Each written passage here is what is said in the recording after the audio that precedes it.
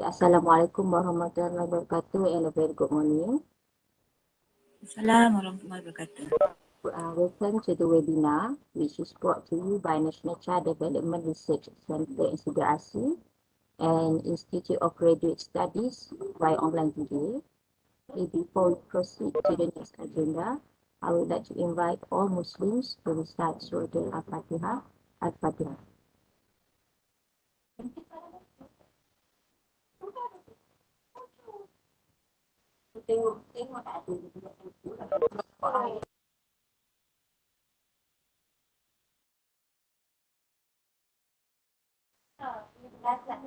Amin ya Rabbal Alamin. Ladies and gentlemen, without further ado, I would like to invite our speaker for today, Dr. Thavamaran Kanesan, Chief Editor, Proofreading by UK. To share his expertise, Thesis development journey for PhD and master students. Please welcome. Hi, Ms. Sarah. Thank you for the invitation and thanks for having me today. I'm not going to start immediately, so let's give it a bit of time, usually about 10 minutes past 10. Okay, so let's have another 8 more minutes, let everyone join and settle down, and then we shall start the session. Okay, so meanwhile, please stay put, and we'll start shortly. Thanks.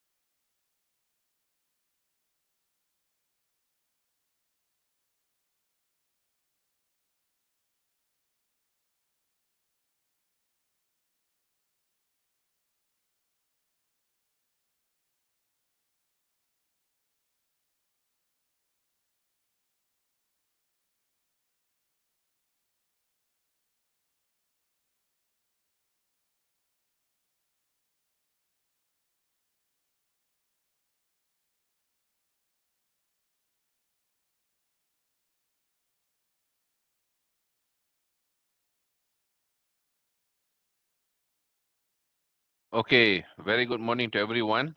Thanks for joining today. Very nice to meet all of you. I'm Dr. Thawa.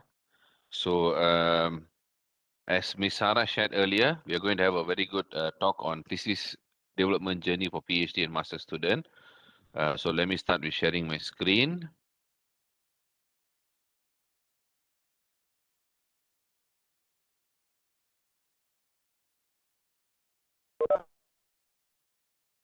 Okay, so we have quite a good number. This is my first time giving a talk at UPSI at faculty and graduate school level.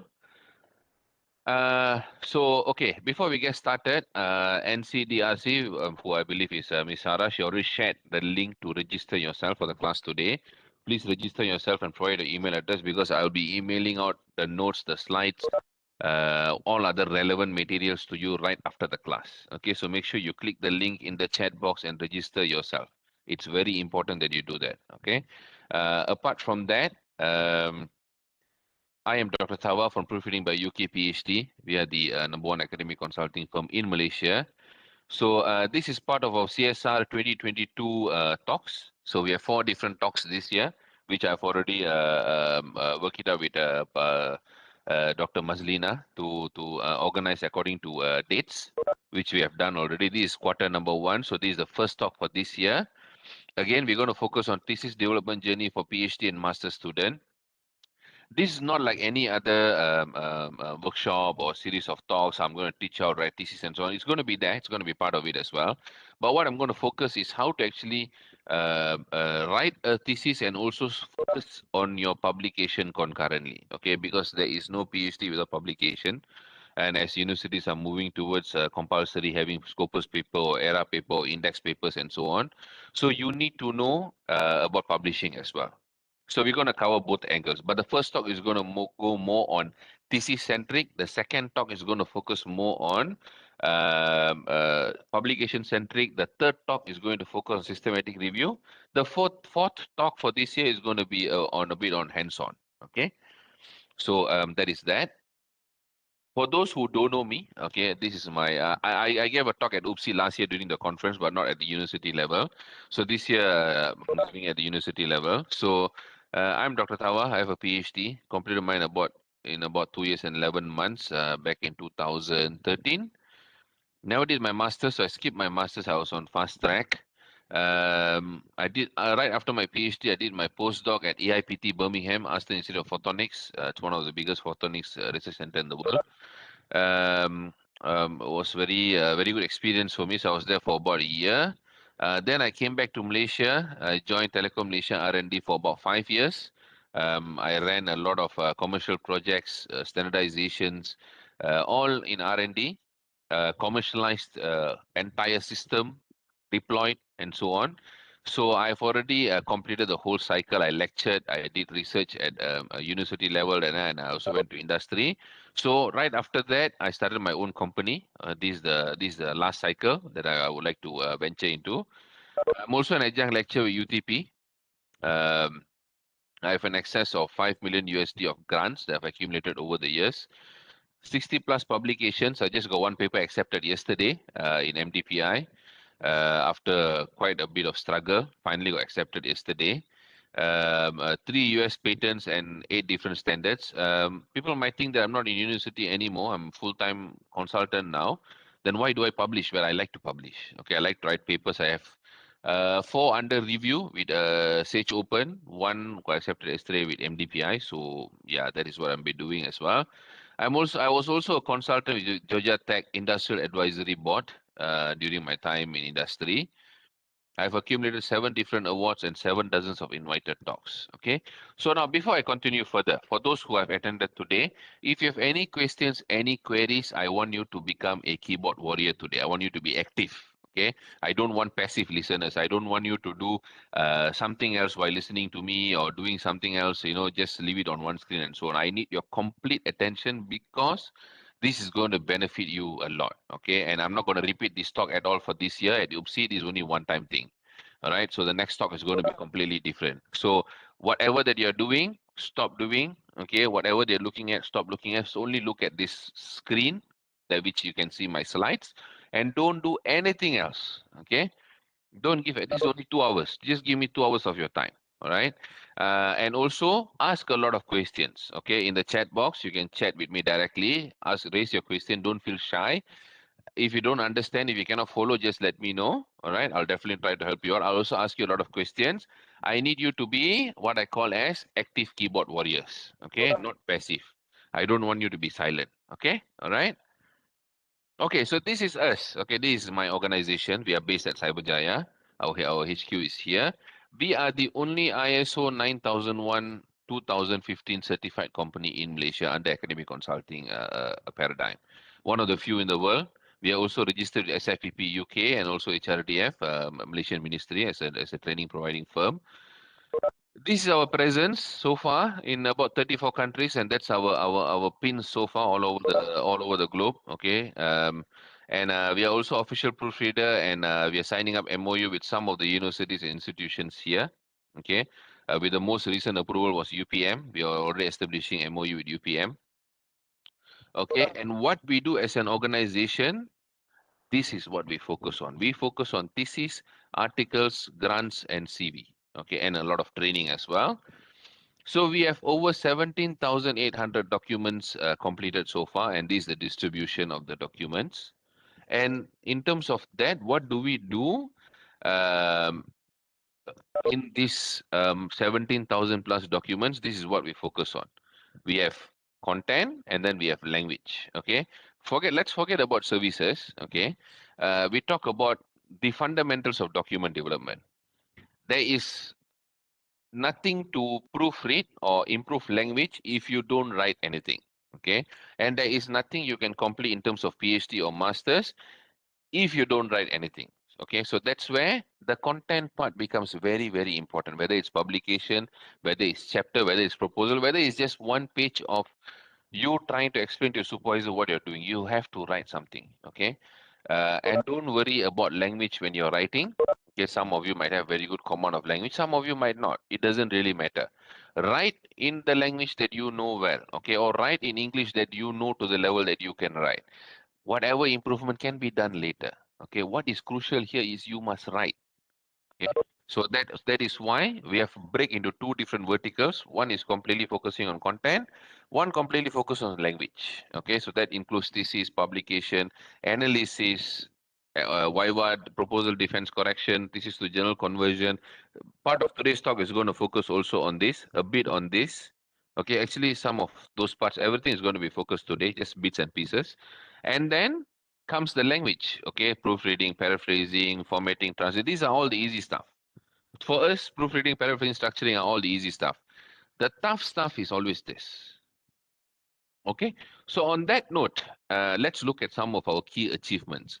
Okay, so these are some of our fundamentally achieved as a Malaysian company. Okay, and proudly, these are some of our most notable achievements. Okay, if all of you are aware what is impact factor, what is ISI journals, then you'll be able to understand this. If you don't, that's okay. But what I would like to share here today is, normally we will only think that we can go for high impact factor, ISI Q1 journal with empirical papers. That means you must have results, qualitative, quantitative, and whatnot. We must have results, right? But this is something that we are revealing for the first time. Okay, as a proofreading firm, these papers are all review papers. Okay, fortunately, if you look at this, impact factor 14.982. What does that mean? That means this paper is an awesome paper written by Malaysian authors, ranked 1 out of 44, published by Elsevier under Renewable and Sustainable Energy Reviews. Okay, there is no empirical result in this paper. It's purely narrative review, as you can see down here. Next one, if you see, Trends in Food Science and Technology, Q1 impact factor 12.563, ranked 3 out of 144. Okay, all over the world. So that is how good, if you write it properly, review paper can go. This is another amazing paper. Okay, all of these papers we had the pleasure to work on, whether proofreading, consulting, paraphrasing, whatnot, different kind of skills. This paper is something that I never expected that will happen. This is a conceptual review paper. Okay, from my very good friend Parvez from UTP with his two supervisors. This paper is ranked 5 out of 125 in the world. And it is a conceptual paper with impact factor 10.3. Usually, the common perception is concept paper cannot reach more than Scopus Q4, Q3. Even Scopus will be impossible. People don't accept. Here is a different case for you. So go and read this paper. Okay, I have all these papers shared in my Telegram group already. I'll give you the link for my Telegram group shortly. Don't worry about that. And then this is another paper. I believe you all know Dr. Herol. Okay, so this is Q1 impact factor 9.297. Okay, his first SLR paper that we worked on. We have so far worked on 12 or 13 of his SLR papers. This is ranked 18 out of 274. This is based on systematic review. So all in all, these are all review papers that can take you very far. Why am I sharing this?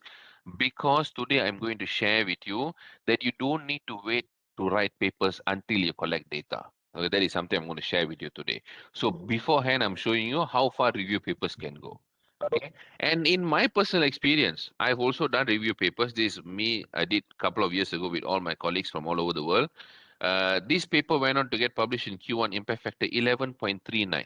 Okay, this is in IEEE Wireless Magazine. Okay, very, very high impact paper as well, right? Okay, so now coming to you guys. Now it's time for you to become active keyboard warriors. All right, I want all of you to give attention here.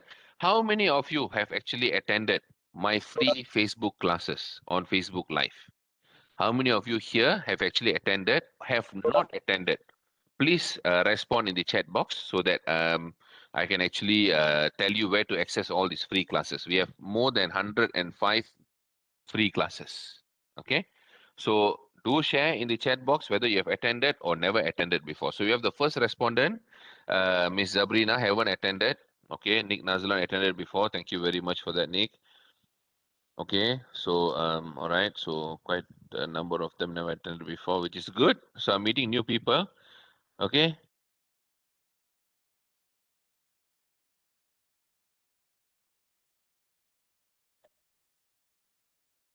Okay, keep responding, guys. Come on.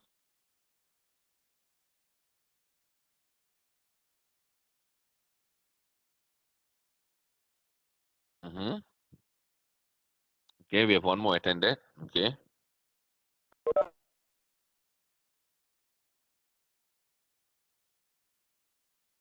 Okay, very well. Very well.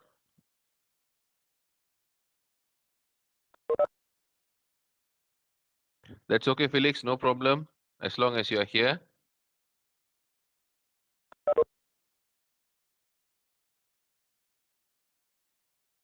Okay, so seems like most of you have never attended my Facebook Live classes before. Okay, before I show you how to attend, these are some of the top performing thesis proposal classes that I've given on Facebook. Top performing journal classes. Okay, finding research gap, problem statement writing. Yes, I have classes on problem statement writing, at least 4 to 5 classes. Chapter 1 writing, writing PhD research proposal, systematic literature review, finding journal for publication, step-by-step review paper writing, how to read a journal for research gap. So all of these are my top performing classes. Okay, I started this back in 2020 when we had COVID. So and it's still continuing until now. So this is my Facebook. If you're not on my Facebook, this is what we call as Facebook. So it's a very good place to learn. Actually, it's a very good platform to learn if you use it wisely. Okay. So if you go to a link called Proofreading by UK PhD, okay. So this is Proofreading by UK PhD. This is our page. Okay. So if you scroll down this page, you will find a lot of resources that we share. Like yesterday, I shared 7 major steps in writing literature review. And then in the afternoon yesterday, I shared literature search databases, which has already garnered more than 104 shares according to subject area. So you can see here, these are all the databases and these are all the links, okay? Medical databases, engineering databases, social science databases, okay? And especially this is education. Eric is for education. And this one in PDF file, you can download from my Telegram group. It's already there. Okay, so like this kind of resources, you can find a lot. So let me show you how to find the videos. So if you click more, before that, let me share another thing. These are upcoming events, okay, upcoming free classes, okay, free classes. These are also my CSR effort to help out students who are struggling and supervisors who are struggling as well. So these are all the upcoming classes. PhD after time, possible or surrender. So this one is I'm co-running the class with Dr. Tahira from UITM. She's the head of postgraduate in UITM in Johor. She was one of my former consultee, completed PhD after 10 years. So she's going to come on board and share how she sustained until 10 years. Okay, Dr. Tahira. So that's on 9th of March. 20th of March, you have databases for systematic review. That means what kind of databases you can go for systematic review. 4th of April, designing questionnaire instrument. 18th of April, structuring a complete thesis. 11 May, starting a PhD proposal. 12 May, graduate before time. This is all after Raya, right after Raya. 30th May, 7 steps to problem statement template. Now, if you're interested to register for these classes, these are the links. Okay, those are the links I've shared in the chat box. You can click those directly and register yourself for the classes. Again, it's completely free. Make sure that you register and attend those classes. All right. So now, How about the existing classes? Okay, the previous classes. Okay, if you go to more, you click videos. This is the most popular class at the moment, systematic literature review. A lot of people are watching this. And if you go here, you will see playlist one free writing tutorials by Dr. Tawa, 105 classes. If you click see all, so now we have already accumulated more than 50,000 followers and we have 54,000 members on Effective Academic Writing Group as well. So these are all the classes: systematic literature review, PhD strategies for part-time students, systematic scoping review paper, finding journal for publication, Q1 Web of Science class, finding research gap, PhD daily time planning, and so on and so forth. So there are 105 classes on writing chapter, methodology, literature review, experience sharing, time management, theoretical framework, conceptual framework, paraphrasing, and so on and so forth. Okay, so these are all the resources for you to go and watch. And these are all the space where you can find these classes and all my free resources. Okay, this is our group, Effective Academic Writing Group. This is the proofreading page, and this is the Telegram group where you can find all the notes and templates. Okay, so this is where, let me quickly show you. So this is our group, okay, our Telegram group. We have 8,400 members already. This is not a channel, it's a group. That means you can interact, you can ask questions, and when I have time, I'll answer. And all my tutorials will be shared here also. And if you see this space here, let me move this a bit. Okay, if you see this here, pinned message, okay, this is where you can find a lot of resources. If you click this, you will find the database I shared yesterday in PDF file. So you can just download and click. This is Social Science Education Thesis 7 Steps Template for Problem Statement. Okay, and the template you will be able to find somewhere here. So if you keep clicking this, you'll be able to find a lot of resources, which I'll share with you how to do it later.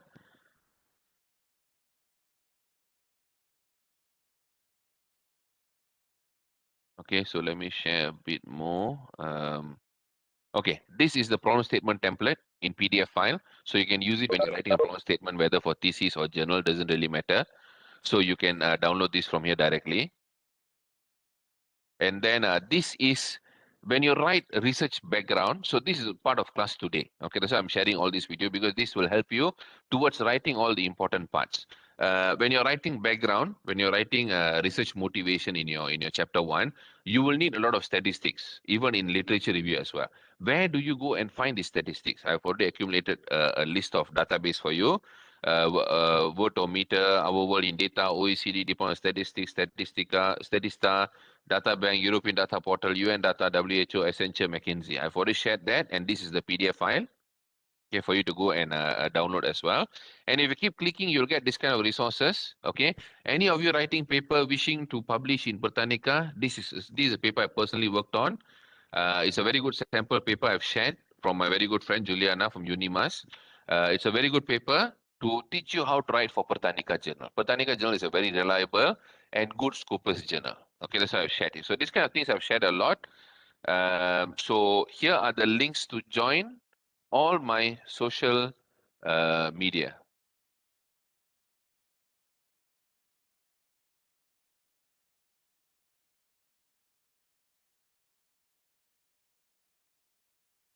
Okay, I've shared in the chat box again. So you will see Telegram group, Facebook page, and the link to all the free classes. Okay, so please hit the Telegram group and make sure you join, because most of the materials I'm sharing today is available in my Telegram group. Okay, all right, so let's get started for today's remaining class. We have 4 different segments we are focusing on today. Thesis writing journey, planning, diving to sections, post-thesis completion. Okay. Okay, now coming back to all of you again. I want back my keyboard warriors. Okay. Stop doing whatever else that you're doing if you're not focusing here. For those who are focusing here, bravo, thank you very much. So I need to know at which stage of PhD or whether masters. If you're masters, then just mention that you're masters. Whether you're starting at the proposal stage or at the thesis stage now, and your subject area. Okay, please share all this in the chat box so that I can tune my talk today according to your level. Okay, that means if you're very advanced, I will share a bit more on advanced things. If I know that most of you are very basic today, then I can share with you more on basic stuff. Okay, so in the chat box, all 60 of you, excluding myself, all 60 or 59 of you, please share at which stage of PhD or Masters you are, start proposal thesis, and what is your subject area in the chat box. Okay, so let's give about 2 to 3 minutes for everyone to share.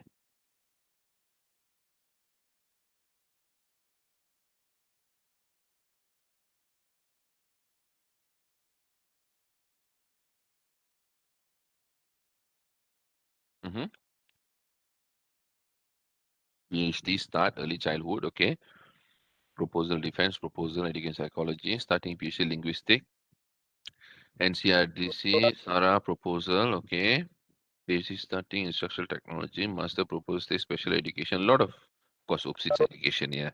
So Habiba, start child development. Post one, master leadership. Okay, master start children sleep. That's very interesting. Data collection, PhD moral education, PhD start management. Okay. Proposal early literacy, educational measurement. Okay. So it's a very good mix. For those who have not shared, time to get your keyboard. Okay, and start sharing. PhD data collection, entrepreneurship.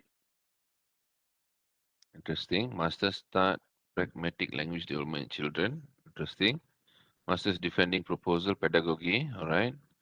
PhD start management, PhD proposal, art education, PhD start education. A lot of starting point, a lot of proposal. Master's proposal, art education. Okay. All right. Very good. Very well.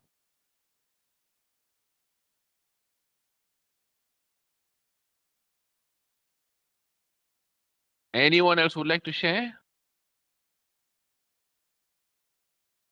Okay. PhD proposal, ER. Okay. Wow. All right. Okay. So on that note, so we know mostly proposal and starting stage.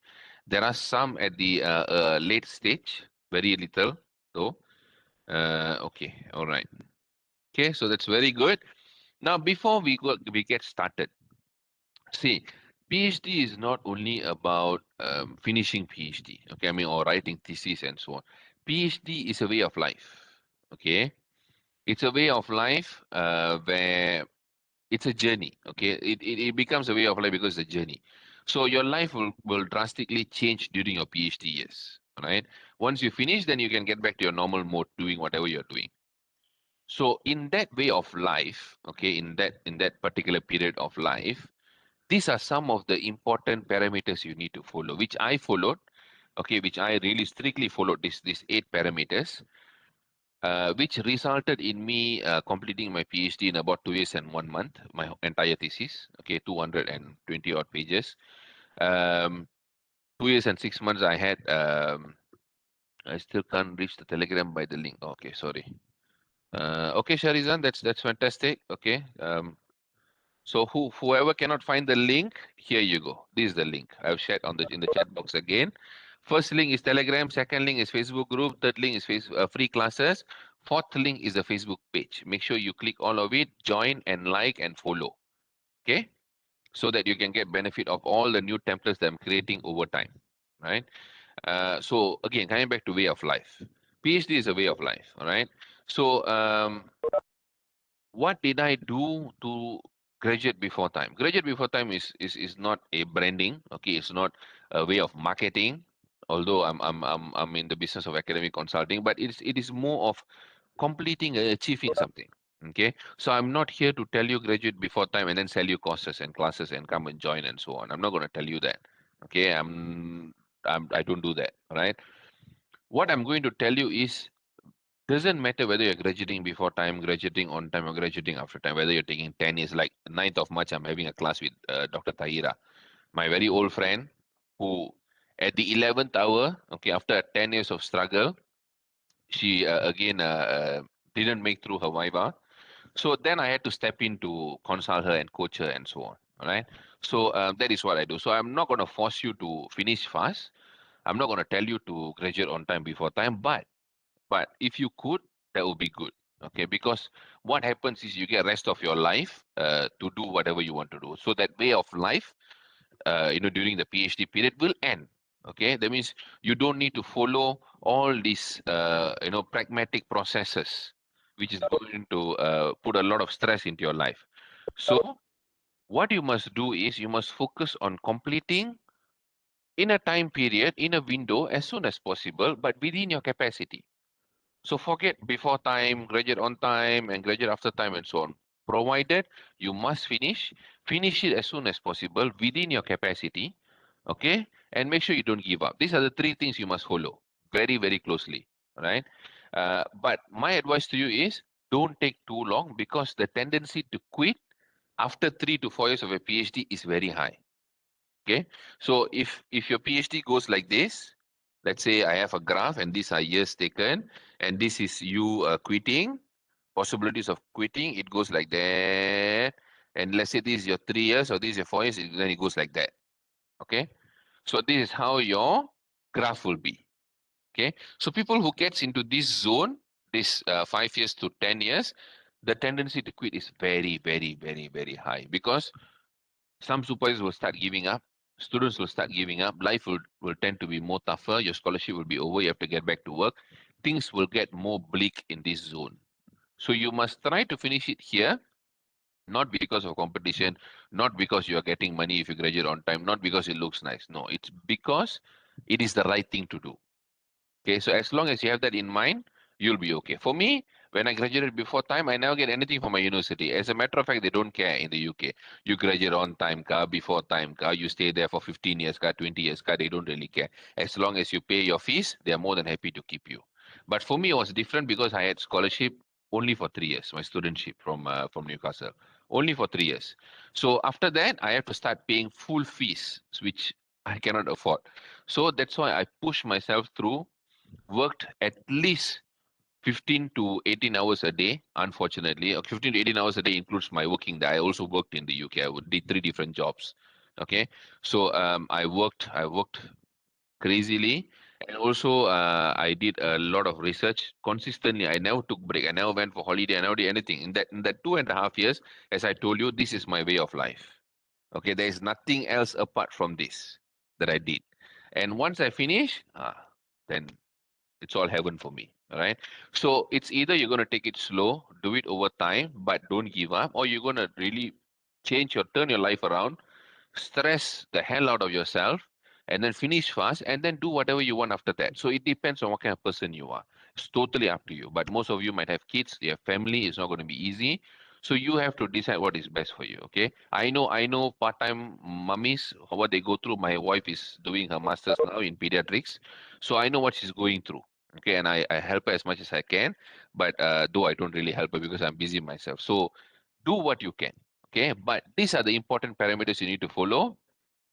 First, quitting should not even be in your dictionary, whether it takes 5 years, 3 years, 2 years, 10 years, 8 years, it doesn't really matter. Okay, as long as you have the motivation, you have to keep going. Don't give up.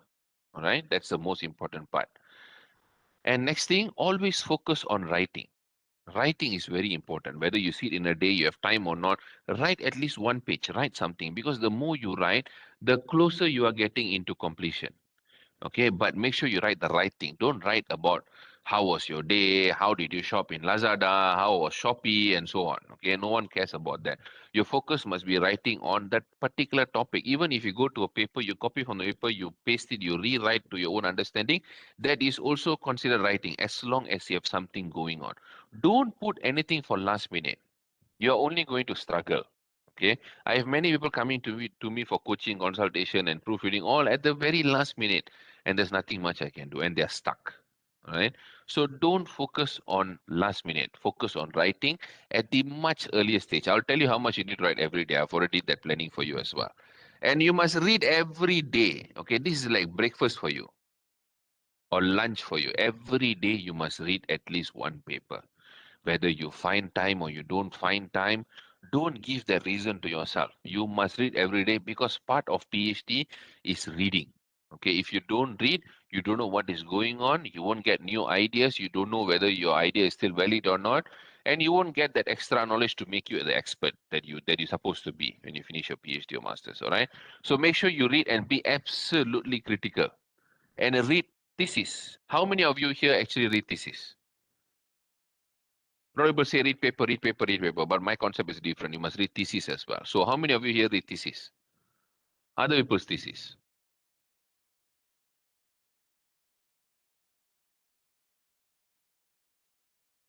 Any of you read thesis at all? Keyboard warriors?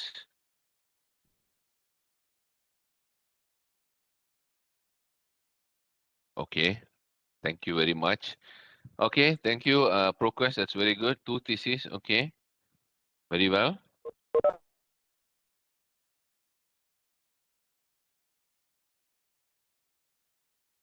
Very good, very good. See, reading thesis is very important because you are going to write a thesis.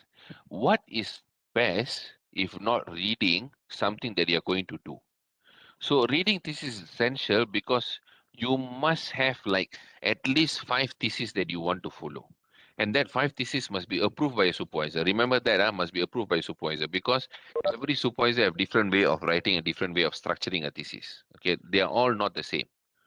Okay, trust me on that. When I say that, I work with a lot of supervisors in Malaysia and different countries as well. And when you read thesis, store that 5 to 6 thesis and follow that very closely. When you write and structure, you follow the style. You know, this is what I need to do. So from that example thesis, you can write table of content before you start writing a proposal and thesis. Okay, one moment, Fatin. Okay, so that is the importance of writing thesis. Next thing you need to find is novelty. That's why I say read a lot and read a lot to get you that novelty. Without you reading every day, okay, say you read 3 papers or 5 papers per week. Lah. I'm not forcing you to reading every day, but it must be a practice for you to read every day. Before you start doing anything in the morning, read.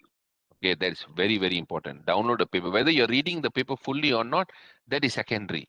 Even if you take the paper you read, you know this paper not relevant, you're throwing it away, that's good. So that save it in a folder that you say useless papers. So that in future, after 1 or 2 years, when you find back that paper, you know that this paper is useless. You have already read this paper. You might forget along the line.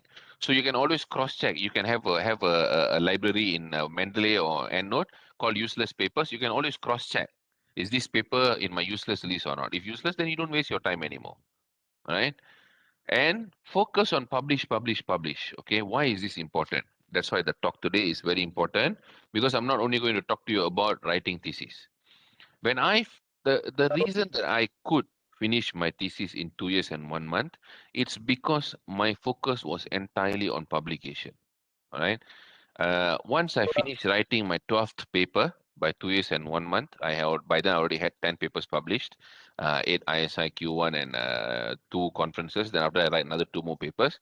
So another all 12 papers became my PhD thesis. So as soon as I finished at 12, I told my supervisor I'm done because his requirement was to at 10. He told me, my supervisor told me very simple thing. This is true. Okay. He, everyone knows who's my supervisor. He's always on my Facebook. I always share his photo. All right. So he told me, you're not graduating Thawa if you don't publish at least 10 papers. Okay. Once you publish 10 papers, then we'll talk about writing a thesis. So what I did, I completed 12 papers so that I don't want to give him an opportunity to drag me further because he has a record of keeping his students for a very long time. His first student, 8 years, second student, 6.5 years. Third student was still there. I was the fourth student. Okay. So I was the only one that graduated before time under his umbrella. So yeah. So then what happened was once I finished my publications, I converted all those into my thesis. So chapter 1, introduction, chapter 2, literature review, chapter 3, 2 papers. Okay, chapter 3, 2 papers, chapter 4, 2 papers, chapter 5, 2 papers, chapter 6, 2 papers, chapter 7, 2 papers, chapter 8, 2 papers. So 12 papers altogether. And chapter 9, conclusion, future work, finish. So I had 9 different chapters. So when you focus on writing a lot of papers, your thesis will be eventually easy, and also it will make you an expert because every ISI papers that you want to publish, even Scopus for that matter, Reviewers will kill you. They will grill you. Okay, they will grill you like a chicken. So when you get all the reviewer comments and so on, when they are putting you through a lot of stress, that will prepare you for your proposal defense and viva. You can already expect what they're going to ask you. Trust me, my viva was easy. Although it was almost 3 hours, it was easy because all the questions that guy wanted to ask me, my examiner, Professor Nathan Gomez from University of Kent, he wanted to ask me. I already been asked so many times by reviewers. Okay, so I already know what is going to happen in the Viva, so I was not really worried. I've seen worse during publication. Okay, people even ask me to write newspapers. Stop writing papers. Go and write newspaper. You are not worthy of writing papers at all. Yeah, it happens. Okay, and all this comes down to the most important motivation. Don't depend on supervisor, not in a negative way. Okay, I respect supervisor for a matter, whether they're helpful or not, but they are like our guide. Okay, they are like the street light. They will tell you which way to go, whether the street light is dim or very bright or not. That it depends on your luck. But either way, okay, it's your journey, right? Whether street light is dim or not dim or bright or not, you have to drive, and it's your car and it's your journey and it's your highway, and you have to go. Okay, so when you drive, you must always depend on your skill. Of course, assistance is always given from the street light, but imagine always you are in the worst case scenario. That's what I did to myself. Because the first 6 months of my PhD, I was only complaining. Why my supervisor not telling me anything? He's not telling me anything. He's not giving me anything, and so on. Trust me, I were you guys last time. All right. So at one point, once I realized that it's not going to get me anywhere, I started working on my own. Started focusing on my journey. Then things became easier. All right. So keep this in your mind, not in a negative way, but because you're a matured PhD student. All right. Because you're a research student and everything is depends on you. And one point of time, you must start educating your supervisor. And that's what I did. After the first 1.5 years, once I already start publishing my papers, in my subject area, I started educating my supervisor. This is what is happening, this is what is going on, and so on. So you must reach that stage. That's why that's when you can be you can be worthy of your PhD. All right. And most importantly, like today, don't be shy. When you want to participate in a class, when you want to ask questions, when you're sharing your own information and so on, don't be shy. Because if you're shy today, tomorrow if you're reading a paper, you want to ask questions to the authors, you would be shy. You'll be like, I don't understand this, but I don't want to email these authors lah. I feel it's okay lah. Namai lah, leave it. That's wrong. When I don't understand something during my time, I will email every authors in that paper, not only corresponding. I'll go find the information everywhere, ResearchGate, university, and so on. I will email everyone because the tendency to get response from one of the authors are much higher than only emailing their corresponding author. Okay, so I will go and hunt them down. Trust me, I did that before. Okay, so don't be shy. These are the 8 important traits you must have to be an achiever. All right. Again, I'm not here to brand it out, graduate before time, after time, or on time, but the sooner you finish, the better you have your life. Okay. No one is under no one is there to control you. Of course, your job, your bosses, and so on. That is a different story. You can quit tomorrow and go to another job. But PhD is not like that. Okay, PhD is a journey. Okay. So now coming to PhD proposal to thesis time planning. Okay, also you can use this for masters. This is my own diagram. You can use this for masters as well. No problem. Now here, this is the diagram that I designed for a person to go through the whole journey. So this is the journey. Okay. And as you can see, it's not a straight journey. It goes like that, up and down and so on. It resembles the actual journey. Okay. There is never a straight journey in PhD. You will never get that. Okay. Always keep that in mind. All right. So now you have step 1 to step 11. As you can see, the finishing point. And then you got 2 segments. One segment is PhD proposal, one segment is PhD thesis. What is this diagram? This diagram is the diagram that I use to consult not only PhD students and master students, but also supervisors.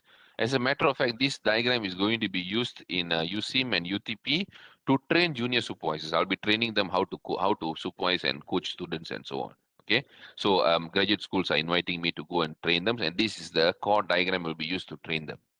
Okay, so it's a very valid diagram that you can trust, right?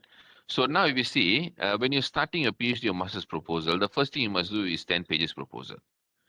Some people go straight to this. They skip this. Don't do that. You know why? Because if you are spending a lot of time writing about 60 to 80 pages of chapters 1 to 3, and when you go to a supervisor, if he or she don't like the idea, they will scrap it.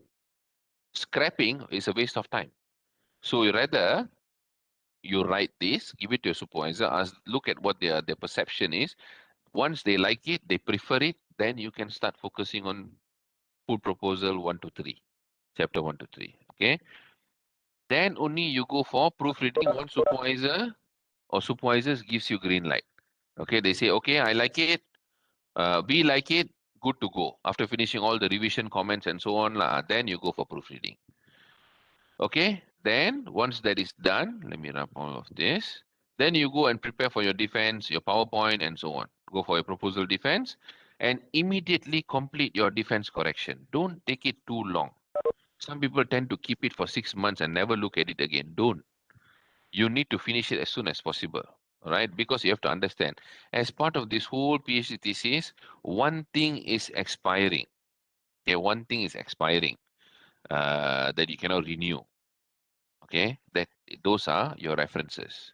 They say references must be less than 5 years old. So if you're taking something that is already 4 to 5 years old here, by the time you reach here, within 3 years it's going to be 8 years old, 7 to 8 years old. That means you have to replace them. That means you have to update them. So the longer you take here to complete this entire journey, the more you have to update later and read later and more work for you. So that's why don't take time. Immediately move. All right. Okay, now you finish your defense correction, then you go for your data collection. Then you finish your chapters 4 and 5, your analysis, chapters 4 and 5, you have more result and more chapters 6, 7, 8, up to you. Okay, but standard fundamental, chapters 1 to 5. Okay, this is an important step. This is where you expand, you align everything. So what you will do is you will pull this, you will pull this also because you have another copy here, and then you will pull this, and then you'll combine all to become step number 9. So chapters 1 to 3 from these two, and then your analysis 4 and 5, you'll combine to run integration, expansion, update of literature, and so on. Okay. Right after that, you have to do a compulsory proofreading. Remember, this is compulsory, not because I'm selling proofreading. If your language is already good, you don't need to proofread. Okay, don't waste your money. But compulsory proofreading here is important because that person that is going to come here for you is an external examiner. They don't know you, okay? And they are coming there not to have a good time with you. They are coming there to basically slaughter you, all right? In a very extreme way to say, they are not going to make your life easy, right? And if you're going to have a thesis with very bad language, these people is not going to be very nice to you because you disrespect them. I can tell you, I'm in Malaysian scene, Malaysian postgraduate scenario for more than 7, 8 years now.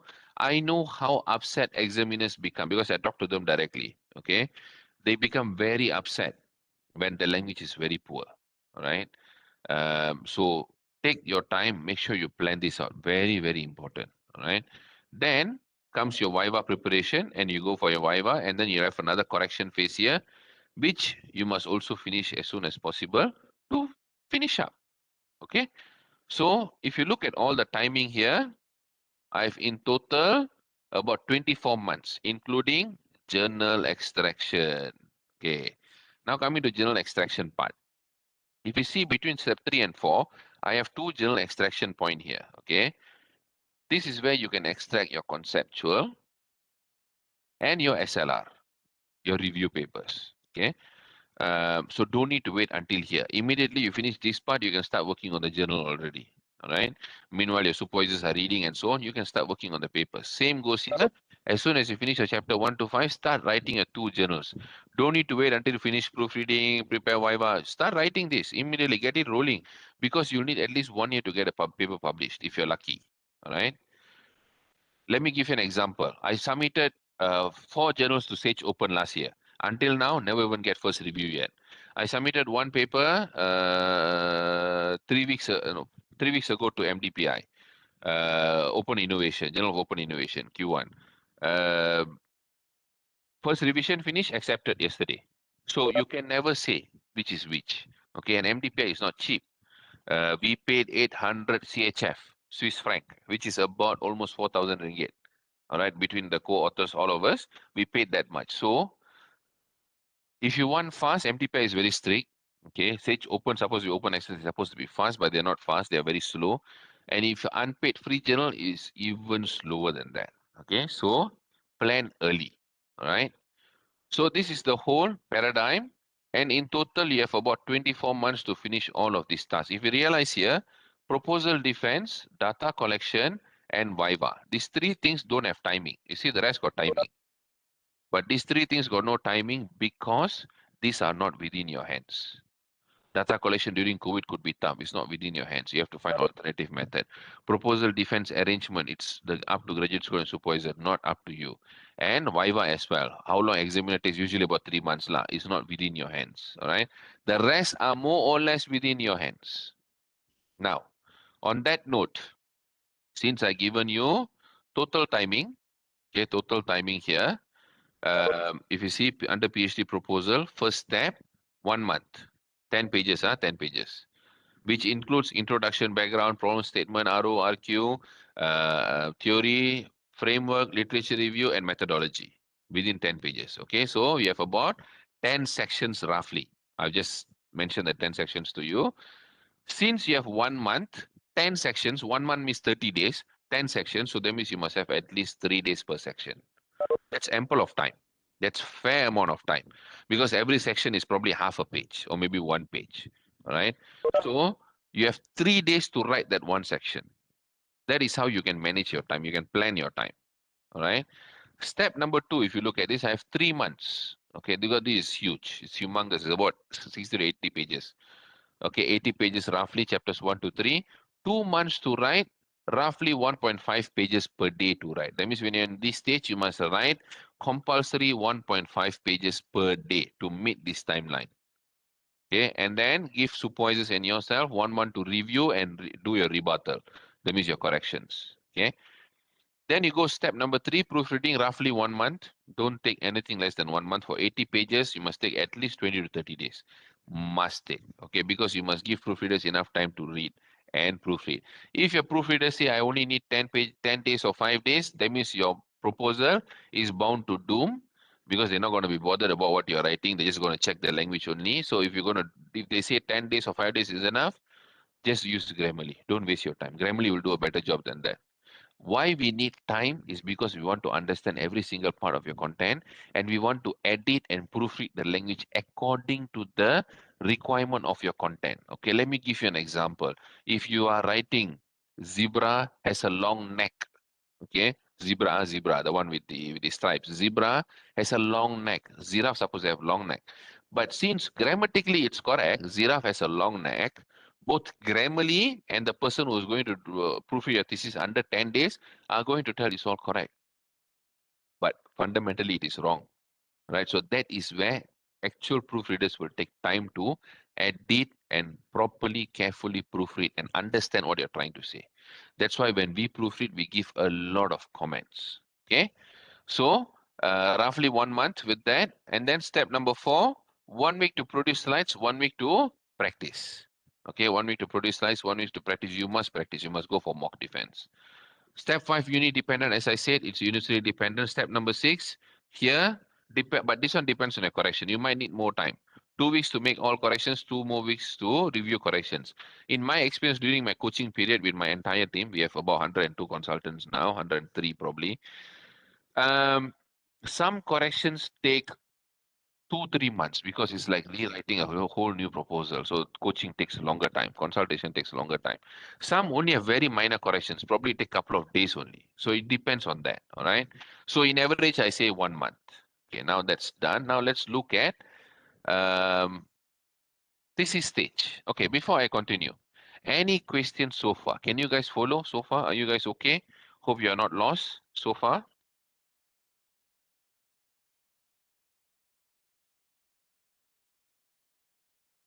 All of you clear? Good to go? Fantastic. All right. Okay, well done. Okay, so now looking at PhD thesis stage, right? Thesis stage now, no problem. Thank you very much. Okay.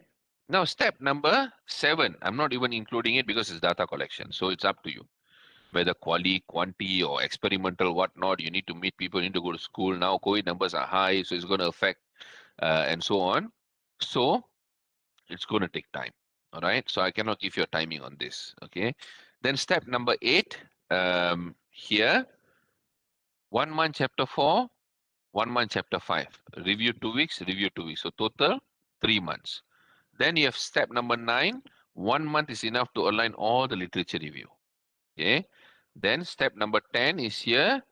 Nothing less than 1 month for a thesis. Why? Because if you have 200 or 300 pages, to even read and understand the thesis, because we normally read first, we don't immediately start proofreading. We want to read and understand all of it.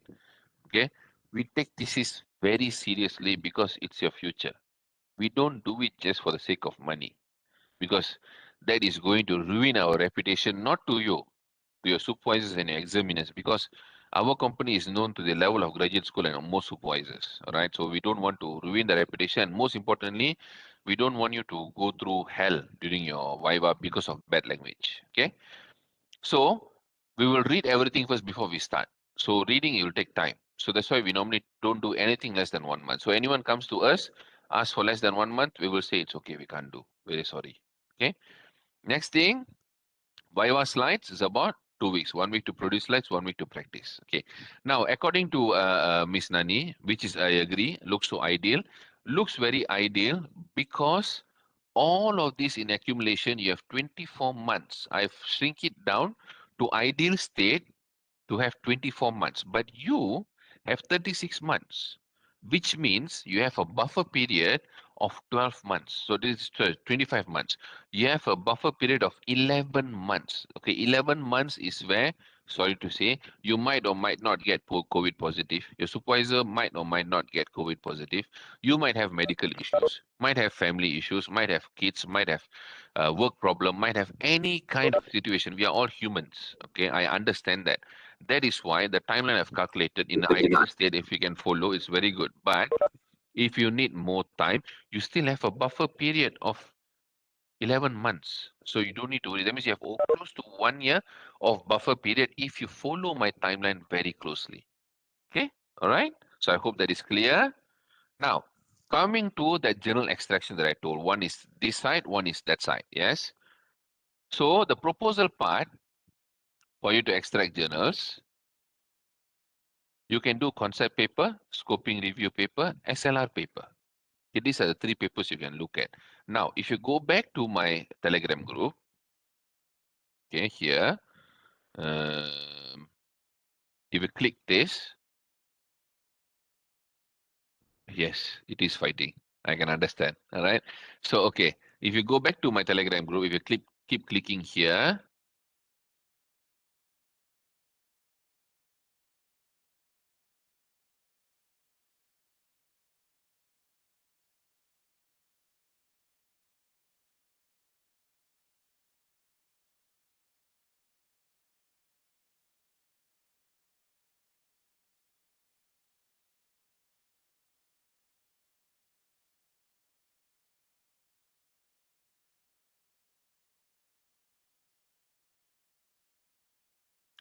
here. Okay, so this is, oh no, not this. Here you go. Okay, so these are all the sample papers, concept paper, scoping review paper, concept paper, systematic review paper, and you can download all the papers from here. Okay, in the case if you want to learn how to write scoping review paper, concept paper, ISI paper, systematic review paper, and so on, you can download all from here. Okay, again, these are all the links for you to join.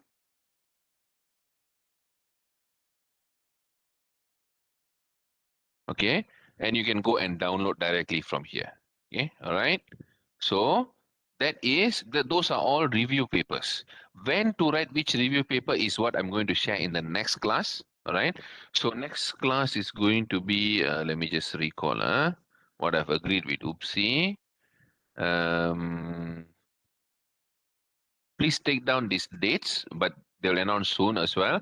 8th of June will be the second class. Okay, take note. 8th of June will be the second class. And then the third class will be 7th of September. Okay, that's the second class. And then, sorry, third class. Fourth class will be, fourth class will be 15th of December. Okay, this is what we have agreed so far. All right. So take note of the dates. Okay, now coming to thesis stage. Okay, now we are talking about the right hand side of journal extraction. Once you already have all the data and so on, finish writing your thesis, you can start producing empirical papers. SLR with meta-analysis, this is a bit more complicated, okay, a bit more complex, and final scoping review papers based on the future work of thesis. But to understand better, go and read all the samples I've shared in Telegram group. And meanwhile, wait for our next class on 8th of June, which is very soon, I think about 3 months. I will share more on how to produce all of this, okay? All right, before you start, okay, before you start your PhD, sorry, before you start writing a proposal or whatever document you're looking forward to write, first design a table of content. Okay, what is this table of content? Table of content is where you establish what you're going to write as part of chapter one. Decline. Okay. Content, chapter 1, introduction 1.1, 1.2, 1.3, 1.4, 1.2.1, 1.2.2, and so on. What is going to be literature review 2.1, 2.1.1, 2.1.2, 2.2, 2.2.1. All these things you must plan out. That is why you must read other theses to understand what they're putting in the table of content. Once you understand that, you can immediately also design yours. So you will give your supervisor an idea of your understanding what you intend to write so that you and your supervisor won't be blinded. Okay, if you don't do this after you finish and writing, go to your supervisor, they might not be happy because that's not what they wanted. Okay, PhD is not only about doing what you want, it's also doing what the supervisor wants or follow his or her style. That is why they are the street lights. Okay, you cannot tell just because for your convenience you want to place the street light in the middle of the road. It is always at the side of the road. Okay, that is how it's structured. So you must understand the placement of your street light. That means how your supervisor wants things to be done. And you follow where the street light is. Yes? Okay, whether dim or bright doesn't matter. That is secondary notion. So on that note, this is what you're going to share with your supervisor before you start writing. Okay? Now, sample thesis. Okay, just now we had one student shared ProQuest. Other databases you can download from OECD, EBSCO, Ethos, Network Digital Library. These are all the links. Okay, papers you can get it from Google Scholar, Science Direct, Clario Analytics, Scopus, PubMed. All right. Mistakes to avoid when you are, I wouldn't say copying, when you're adapting and adopting content. Okay, copying is a very negative word. I don't want to use that because you're not copying results. You're rather adapting and adopting the concept of what other people have written and you paraphrase to your own understanding. Okay, this whole world in the research world, there is no one never adapt and adopted and never paraphrased before. Everyone at any point, at one point in their life, they would have paraphrased. Okay, because it can never be done without paraphrasing. All right. So important part is don't paraphrase out of context. That is very easily done. And don't use out of date content and don't copy results. This is absolutely no. Okay. Now, some of the very well-known publications, okay, or publishing houses you can go and look at: Elsevier, MDPI, Taylor Francis, Wiley, IEEE, Sage Journals, PLOS, Nature, Emerald. Okay. Okay. How many of you here actually use two screens when you work? Reply in the chat box. This is very important. Huh? I'm going to share. I'm not selling screens. I have to declare I'm not selling any screens, but this is important. How many of you here? We have Fauzia who uses two screen very well. She's very happy, very excited. I can see that. How many of you here are using two screens or not using two screens? Reply in the chat box right now. Keyboard warrior, initiate please. Stop doing anything else. Okay. So if okay, equal, not using two screens. Okay, how many of you? I will tell you why it's important to use two screens.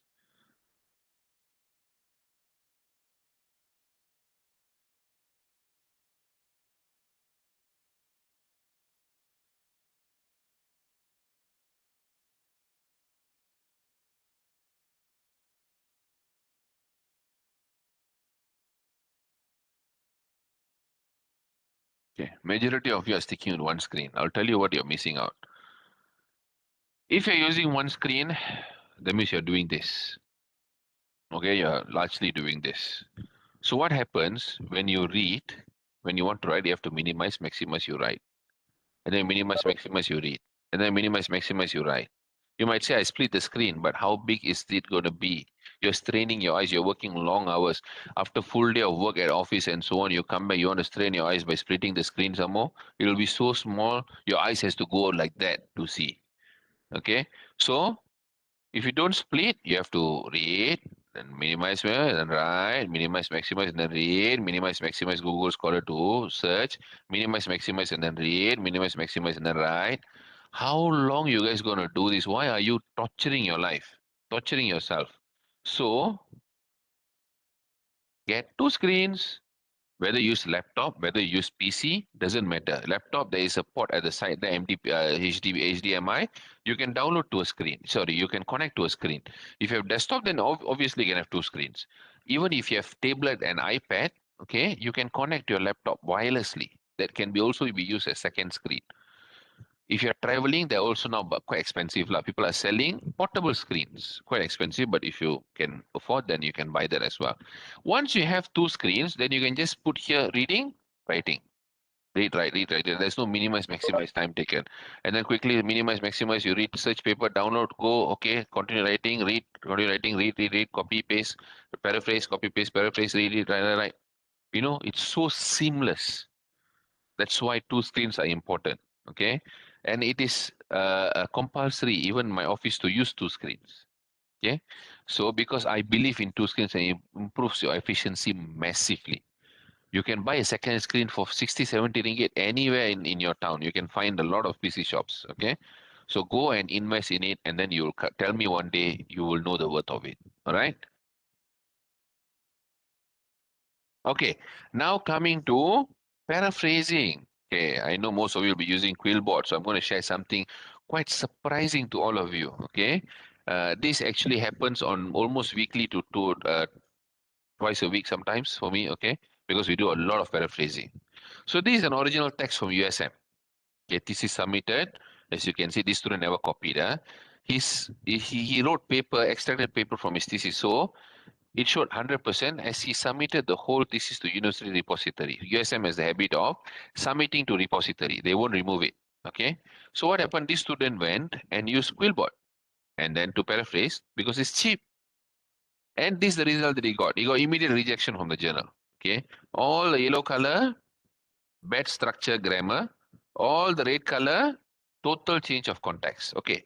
This is easy. This is never mind. It's okay. I'm not blaming that. It's okay. But this is a major problem, catastrophical problem. Okay, because I have to tell you something. Quillbot or any other software for that matter doesn't understand your content. If the software can understand your content, you won't be buying it for 100 ringgit. You'll be buying it for at least 5,000 ringgit. Okay, no one is going to sell you a pure AI driven engine that can think at least 10 million different ways, because there are so many research words, so many technical words in the world, and that engine is being sold to you by 400 ringgit or sometimes even 10 ringgit on Shopee. All right, so something very suspicious. All it does is it just replaces words from thesaurus. It does this kind of scamming processes, and then it just spins the sentence. That's it. That's all it does. I'll show you an example now. Okay, you see here. Um,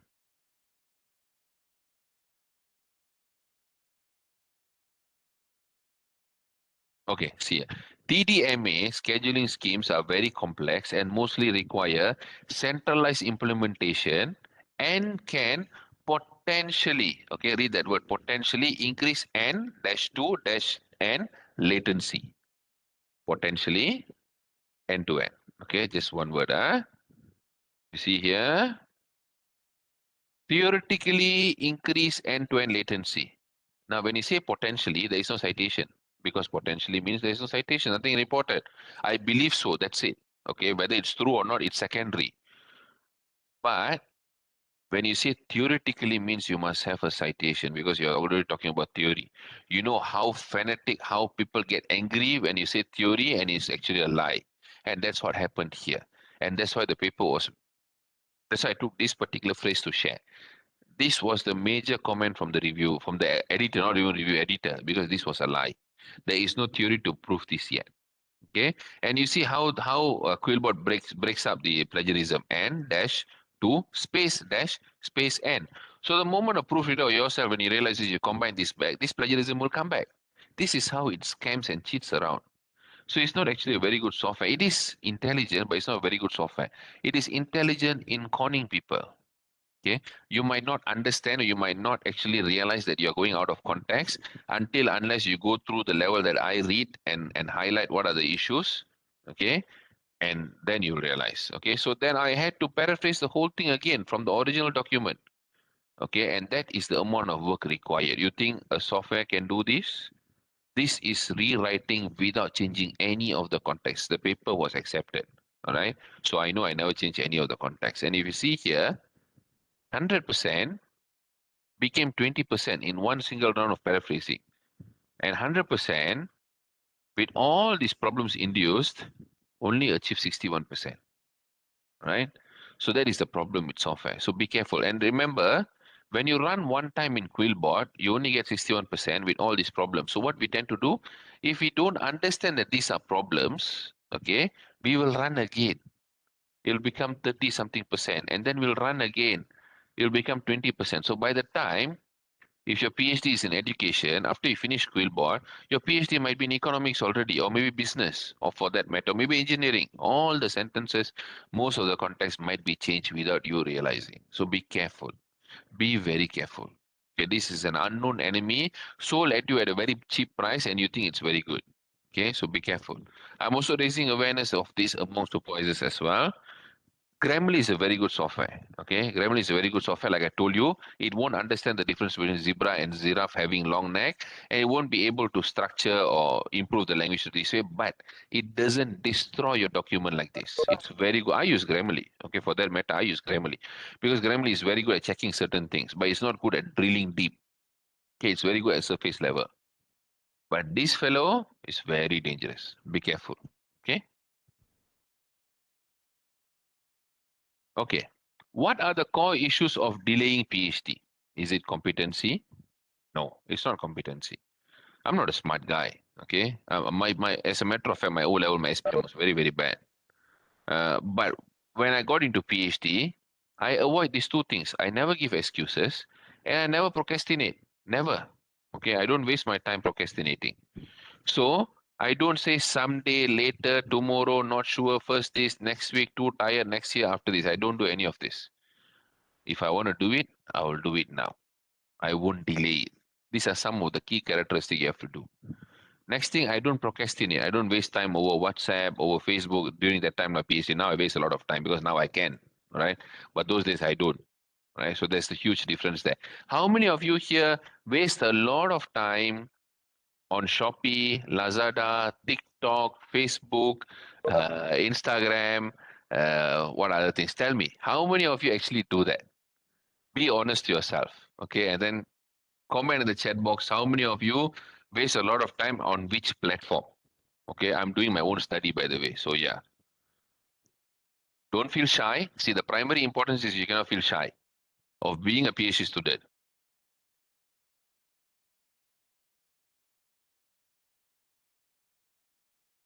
Okay, all right, thanks for being honest sometimes. Okay.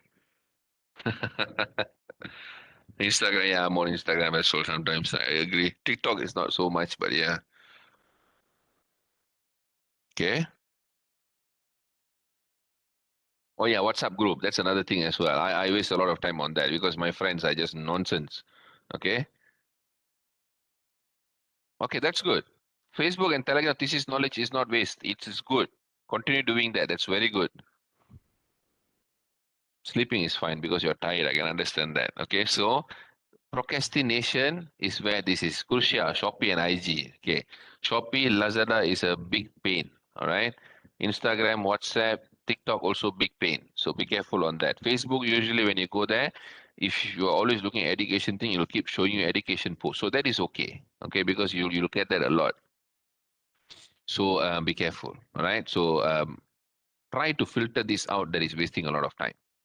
Like I said, at least for the period that you want to finish your masters or PhD. So that way of life you have to change. Okay. Okay, now coming to way approach to write abstract. Okay, abstract writing. Now we're going into actual thesis writing already. So now this is how you write abstract. This is what I call 5 steps model. Okay, straight to the point. What are you doing? How you are doing it? What was the outcome? Why the outcome? Conclude by amplifying your achievement. Okay, so one moment. Excuse me, Fatin.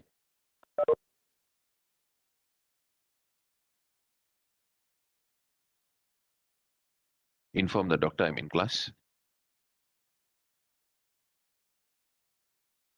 Okay, just one moment. Yeah, call back. Okay, sorry. So 5 steps model. These are mostly focusing on publication writing, publication abstract. Okay, and this is an example of it. So I'm going to read this through for you. Okay, a large-scale investigation is carried out utilizing several spectral shapes as a source for the direct modulation-based frequency dithering method for mitigating the nonlinear effect of long-term evolution radio fiber system. If you don't understand a word of that, that's okay. But what I'm trying to tell you is, I go straight to the point explaining what I'm doing.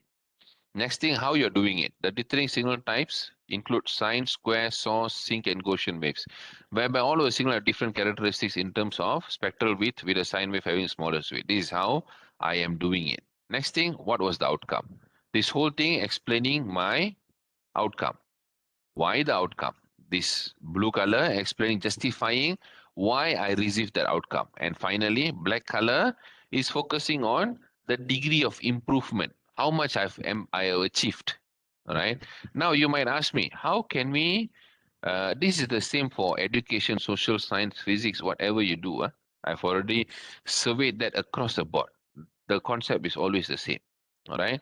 But for thesis, you can make it longer because you have space. So what do? You add 2 more boxes. You add intro, background.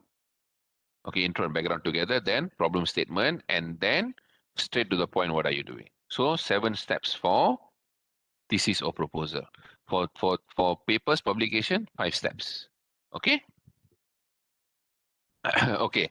Chapter 1, I'm not going to explain all of it to you because I've already made those into classes, full-fledged 2 hours classes for you to go and watch. Okay, but I'll give you a mild background on what chapter 1 is supposed to be. Okay, chapter 1 is where you are giving the complete perspective of your thesis to whoever reads your thesis, your examiner, your supervisor, whoever. So people always think literature review is very important. Literature review takes you into the problem, but chapter 1 takes you into your whole research. Okay, understand that very clearly. So you have research and then you have problem. Chapter 1 introduces the whole research. Why are you doing this in the first place? Then chapter 2 takes you into that problem. You're expanding on that, your solution. Right? So if chapter 1 is not clear, no one will understand your chapter 2, 3, 4, 5, 6 for that matter. Okay. So chapter 1 consists of background, introduction and background, minor literature review, problem statement, and solution. For this matter, go and watch these videos. Okay, all of you have the links I've given earlier. Go and watch the class on chapter 1 background writing and chapter 1 introduction writing. Okay, both are about 1 hour each. Go and watch these 2 classes for you to understand this diagram further. I've given examples as well. Okay, all right.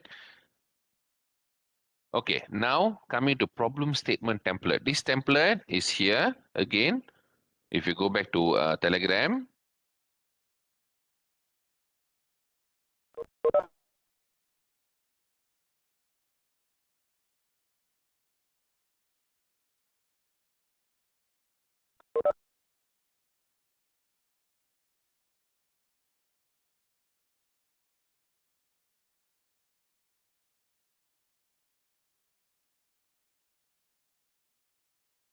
okay, here's a PDF file. Okay, so you can download that and you'll get this. So this will show you all the 7 steps to write problem statement and an actual example from thesis. that I personally proofread. So I know how good the thesis is. Okay. So you can go through this and to understand how you actually can write your thesis. Okay. So if you look at this, I've already split that even into paragraph basis. So um, paragraph number one,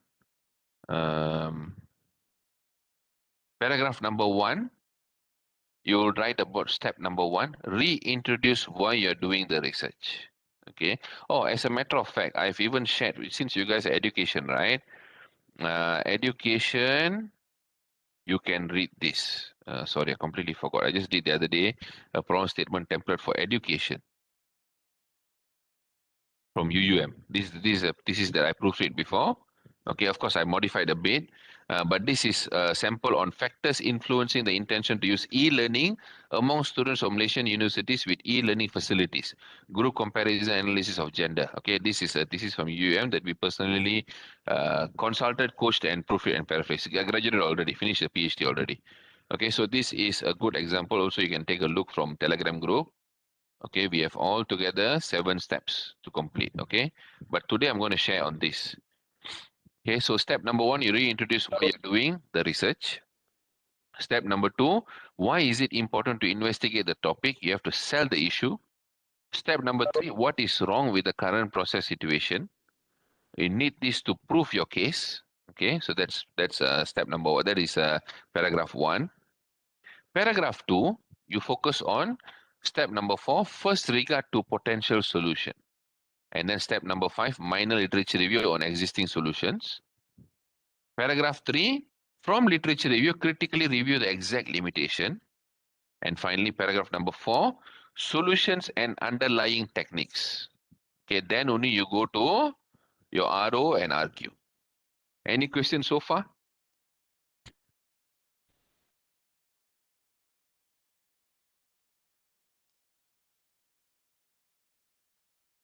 Don't worry, I'll share the slides with you guys. You can go through later. Make sure you register yourself in the link given by NCDRC.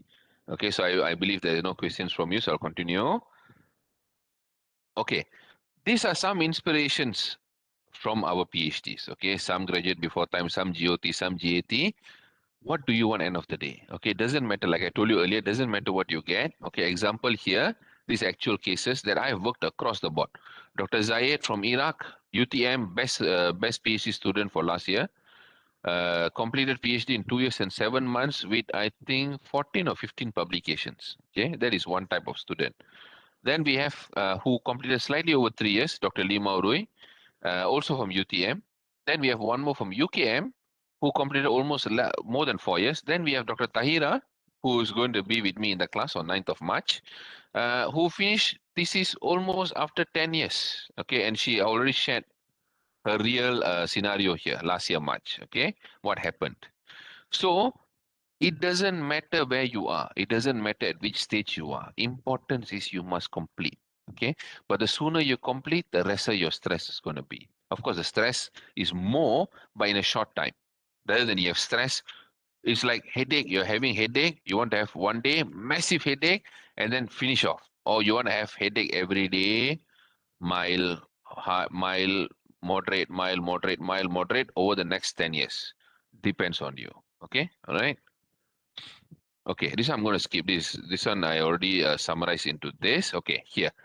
Critical review, literature review checklist. I already created a template, okay, to carry out literature review. Okay, also can be downloaded from my Telegram group. Again, click the pin message. You will get to this. Okay, so if you see this, I've explained 3 different paradigms for literature review. Reading, flow of reading, and critical review. Okay, now reading, you must ask yourself, do you read minimum 1 paper per day or at least 3 papers a week? Okay. Um, okay. I think NCDRC, I think probably there is password required. I think a student is asking password for UPSI students. So can you please advise on that in the chat box? Okay, coming back to this. Reading, how many papers you read? Do you choose papers from highest impact factor and move downward? Literature review process requires sources of the highest quality. Okay. So you need to check if yes, you read, yes, I choose high impact. Are you having trouble finding materials? If you tick this, then perhaps you're not searching widely across all databases. So even databases, okay, even databases I've shared already where you can search papers from. So that also, I already solved your problem.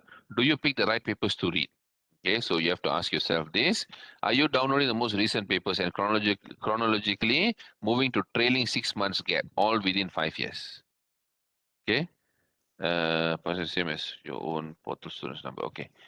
So once you check all this, then you see how to read the paper, flow of reading. Do you read starting from abstract? After abstract, do you analyze conclusion before jumping into main body? Next, do you move to problem statement and remaining body of content? Okay, so this is how you read a paper. Okay, now next. Um, okay, there is an issue going on login issue. So I'll give 2 minutes for the administrator to explain that. NCDRC.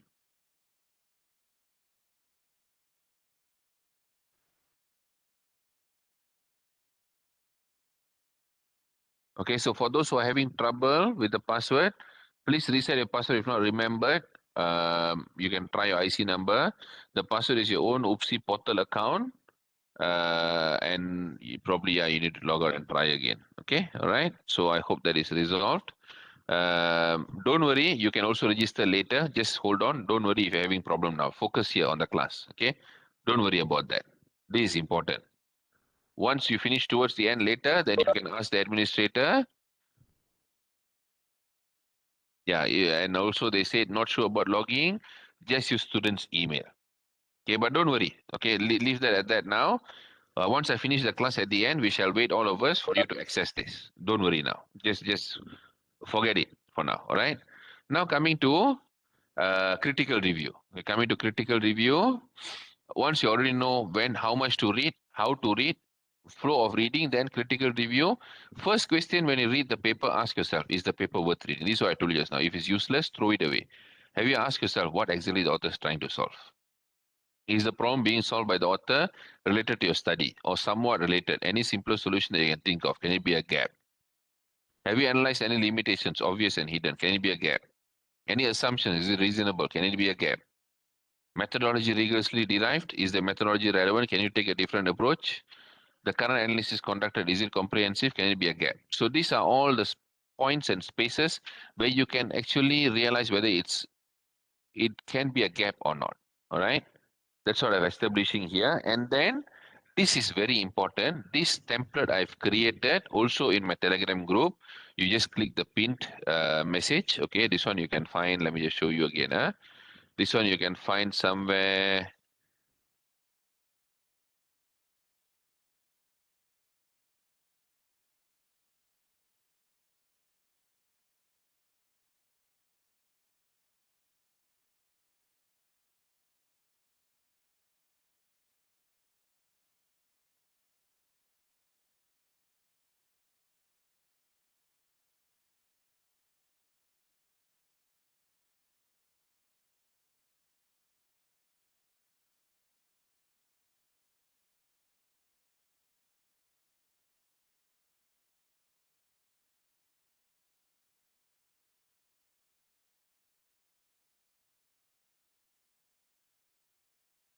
I just saw the literature review summary.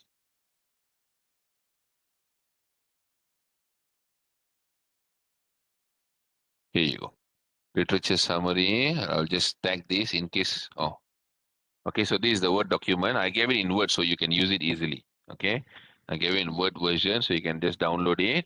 This one already given you breakdown from a paper. What you need to summarize: title, authors, introduction, theory, variables, methodology, analysis, findings, potential gap. And from here, I've given you an example how you can summarize it. Okay.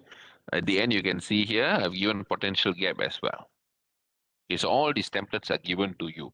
At my time, I never had any of this, but I actually spent a lot of time to make your life easier. All students around the world, for them to make their life easier. That's what I'm trying to do here. Okay, so you can go and download from my Telegram group. Let me reply to this.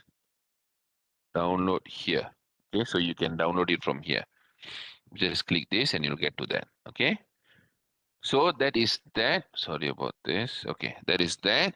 And once all of this done, finally you can produce your literature matrix to find the ultimate gap across the whole literature. Okay. For those again, never have the link to join or missed out or just joined the class, here are the links. Okay. So at the end, you do literature matrix to complete your literature review, and from there you can see the total research gap. Okay. So now coming to results part. This is only important if you did well in previous sections. Otherwise, readers will be bored and probably won't even read it. It won't be relevant. So your chapters 1, 2, 3 must be very well written. Okay. Okay, now how do we normally assist as an organization? How do I normally coach students? What kind of methods do I use? Okay, how do I assist? How my team actually assists students, supervisors, even supervisors when it comes to a publication, a lot we actually assist them, help to improve them and so on, up to professor levels. Okay, these are the 4 things that we do.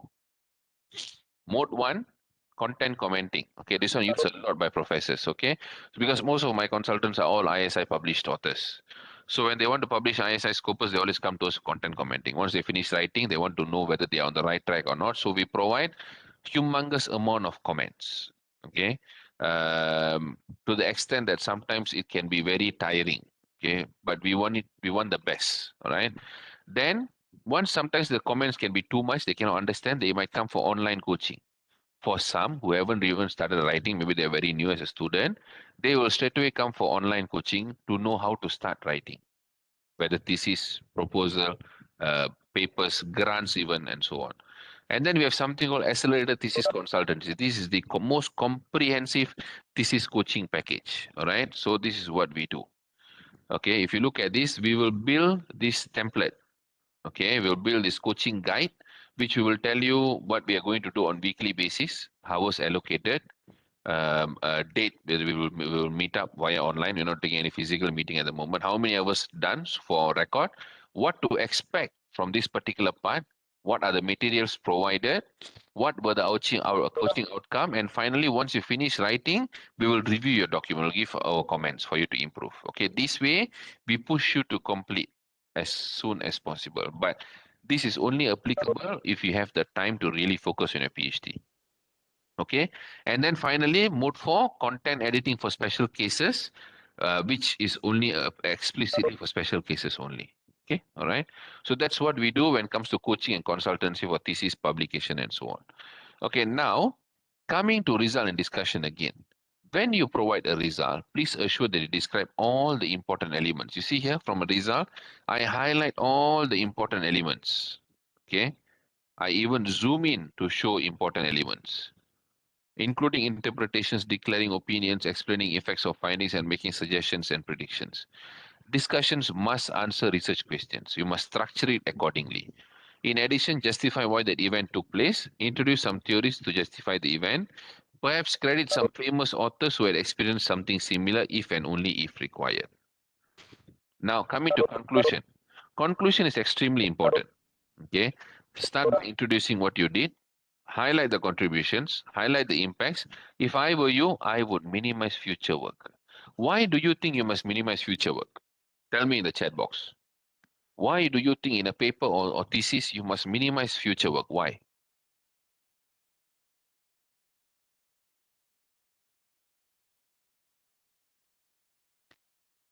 Any ideas from anyone? It's okay if you're wrong. Like I told you, don't be shy.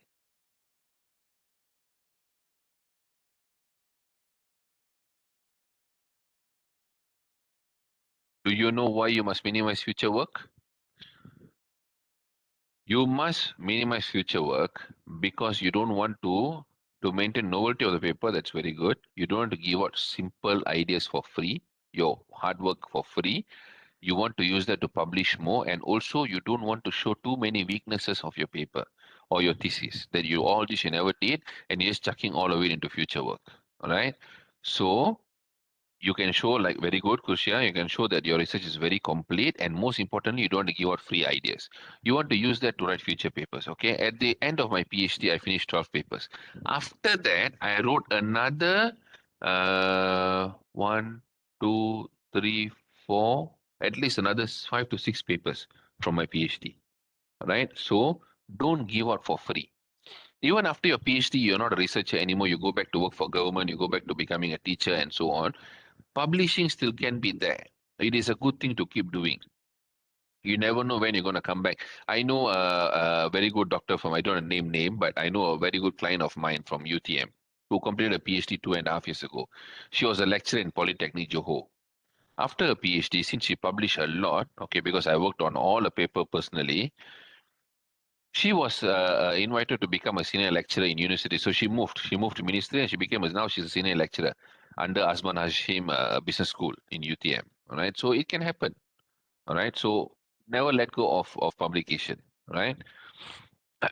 Okay. Next thing, defense questions. Now we are going towards the end.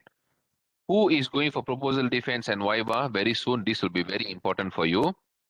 These 25 common questions have enabled many of my followers to graduate with minor corrections. Okay. Prepare according to these 25 questions. All right. Question number 1. Proposal defense and viva. In few sentences, can you tell us about your study is all about? Okay. What is your motivation for this study? How will this study contribute to the body of knowledge? What is the significance of the study? Did you breach any gap from your study?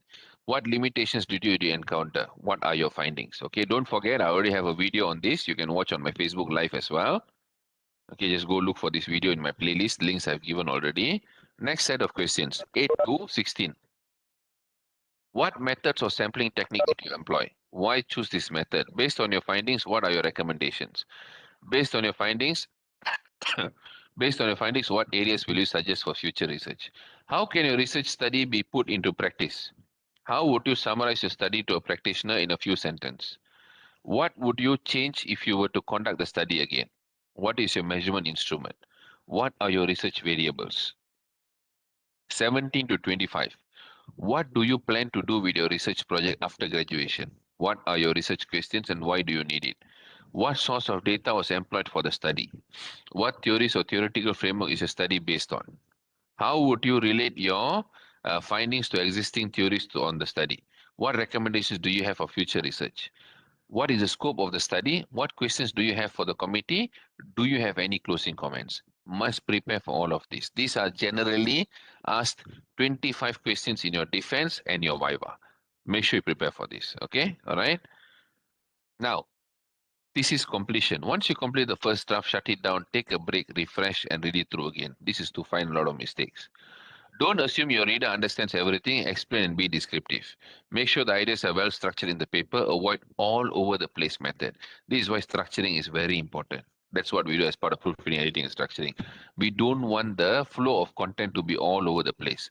Assure that every paragraph has continuity. Avoid disconnected paragraphs. Very important. Get a solid editor to proofread and edit your material. Get some more experience in publishing and writing thesis. Okay. They must have experience going through the whole process, so they will know what is required in your thesis. Okay, all right. And this is very important. Proofreading certificate, whether you're writing papers or thesis or proposal, when you submit to graduate school, you submit to publication journals, you must have this to prove your case for English. Okay, and ours is very strong because you have very strong endorsements. Okay. Okay, when do you proofread your thesis and avoid scammers? With the emergence of online businesses with Facebook, Instagram, and so on, there are many scammers selling online services that they don't actually know what to do. And we also go and buy from them because they charge 3 ringgit a page and 2 ringgit a page. And end up we get what we paid for, all right? Or end up we don't even get anything. Dr. Harold once shared with me, okay, when I was talking to him in IPSAS, I think most of you know Harold Azrael. His PhD thesis he submitted for proofreading. You can ask him. I think it took him 3 years, 4 years, something like that, until he get back his PhD thesis. I think it was a couple of years, if I'm not mistaken. So he had to submit without finishing the proofreading. And after he finished his whole PhD, then only he got his proofreading part. All right, so be careful who you give to. When do I submit my thesis of proofreading? Once the entire supervisory committee agreed on the content of your thesis. See, I always respect supervisors a lot because they must like your content before you start proofreading. But How if my SPs refuse to read my content because my language is poor? Happen quite frequently. Then go ahead for complete proofreading, editing, and structuring services. But after my SV check, they will change the content. I have to repay for proofreading. Very, very question. You must remember that. That depends on the proofreader. But proofreading by UK PhD only requires you to highlight the changes by a supervisor or by you and will only be charged for the new parts. How if my examiner still complains on the language? This is very, very important, whether publication or thesis. When it's sent to someone for proofreading, when they complain about language, you must know what a proofreader is going to do. A proofreader should provide language warranty. This is something that we provide, similar to any products or services sold, but please assure no changes are made after a proofreading process. Okay? If there are any changes, kindly highlight and revert back to the respective proofreader. Proofreading by UK PhD proudly and confidently provides language warranty. After 7 months or 8 months, I think, only yesterday, I received the first rejection because of language problem. Okay, and we are resolving the issue presently. Doesn't mean that we don't receive it. We establish this process because we do receive. Okay, no one is going to proofread perfectly. There will be some part that the editor might not like. They want you to change it. Okay, they want you to write it differently. They'll call it grammar problem. Happens all the time. But when that happens, how secured are you? You need to know that. Okay. Can I rush through my thesis proofread process? I would explain this much earlier. Minimum 1 month, and you know why. Okay, so plan early. Don't rush. If you are rushing last minute, don't even proofread. Just submit. Because a human will introduce more damage to your thesis when they are rushing compared to what you have done. So you rather not do it. Just submit as it is. Whatever comes, we'll take care of it later. Okay. How your document must be after proofreading. Many don't know what to expect. Okay, this is how I'm showing this particular paper. I haven't shown the thesis yet, but this particular paper, you can have a look at this. This is by Kashif, also my very good friend from UTP. I paraphrased this paper, personally paraphrasing, proofing, editing, and structuring. This is a very good paper for you to read. If you intend to systematic review in a social science area, this paper has a very, very good structure. Very good diagrams, very interesting paper for you to read. So this paper is also shared in my Telegram group. You can go and have a look, read this paper, and you can follow the exact process when you're writing systematic literature review paper. Okay. Okay. Now, for those who wants to know, um, not only knowing proofreading, but to want to read thesis in similar areas from other universities, you have to understand Malaysia has no online thesis system, as far as I know lah. So what happens is you don't know what other universities have done. So therefore, what I've done, at least in our own capacity, I have created my own portfolio. Okay, I've created my own portfolio where you can go and look for thesis here and you can contact the universities directly. So if you go to more photos, you will end up here. Okay, what is this? This one, unfortunately, last year I was very busy. I didn't update this last year, but this is until 2020. I only able to upload 100 thesis so far. I think I have thousands and thousands to go, but at least this is where we start. Okay, so you can go through the work that we have done. Okay, proofreading, editing, structuring, coaching, and so on. But most importantly, you can look at the title of the thesis and which university and which faculty. So you can just quickly go through and see if there's anything relevant to you. You can contact the university, try to get a copy of it for you to read and follow. Okay. So the link to this particular album is here if you're interested to go through. All right. And this is important for those who are coming up with proposal, defense, or thesis. We are offering up to 30% off. For publication, we are offering up to 10 and 20% off. Proofreading, translation, formatting services. One and only language warranty provider, and these are all the language services that we provide, including formatting and translation. Okay, so I'm going to skip that. Go to the next one. Okay. Always remember, anyone can write. Okay, anyone can write, as I told you earlier. But a piece of writing that everyone can understand is hard to come by. Sharpen your English or get a proofreader who cares, combine with structuring and paraphrasing. How did I improve my English? Okay, now forget about getting proofreading done. All right. For you to improve your English, you need to do three things. All right. First, you must do three things when you're reading a paper. First, you must read to understand the paper. Second, you must read to understand the English of the paper, how they are writing the English. Okay. Third, you read to find the problems in the paper. This is how you must read a paper. So these three elements must be always applied. Read a paper to understand the paper. Read a paper to understand the level of English or the way, the style of writing. That's how I improve my writing a lot. And number three, read for critical review. What are the problems in the paper that you can create into a research gap? Okay, all right. I hope that is clear. And also, this one will be a free notes I'm sharing with you, free thesis with the permission of Dr. Naeem, my very long-term client. I had the pleasure of working on all his 17 papers. He graduated in 2 years and 7 months from UMK. Out of 17, I think he had 10 to 12 ISI papers. Very strong thesis. Okay.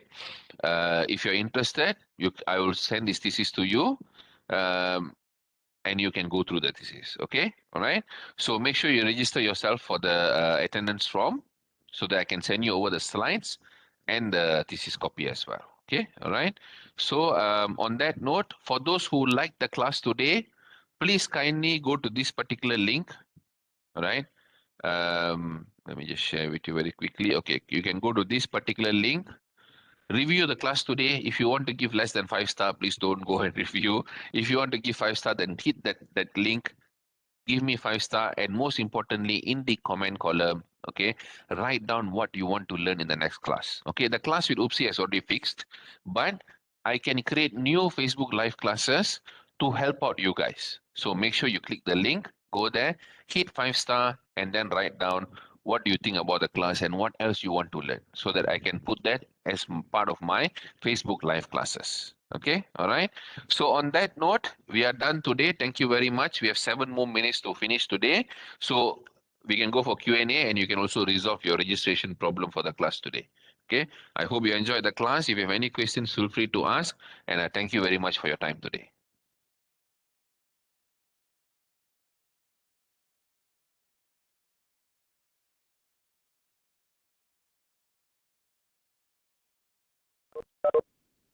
Thank you very much, guys. Appreciate that. Don't forget, make sure you review my class today. Okay. If you're going to give less than 5 star, then don't give anything. Huh? All right.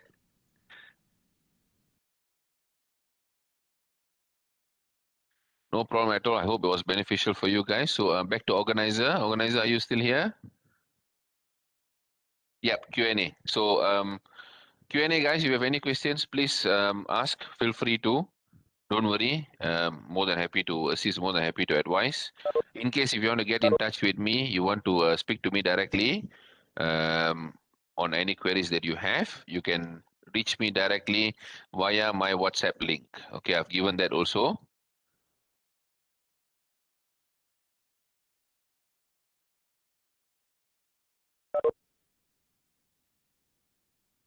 Okay, so if there is no questions, then Ms. Sarah, over to you. Maybe you can explain on the registration process.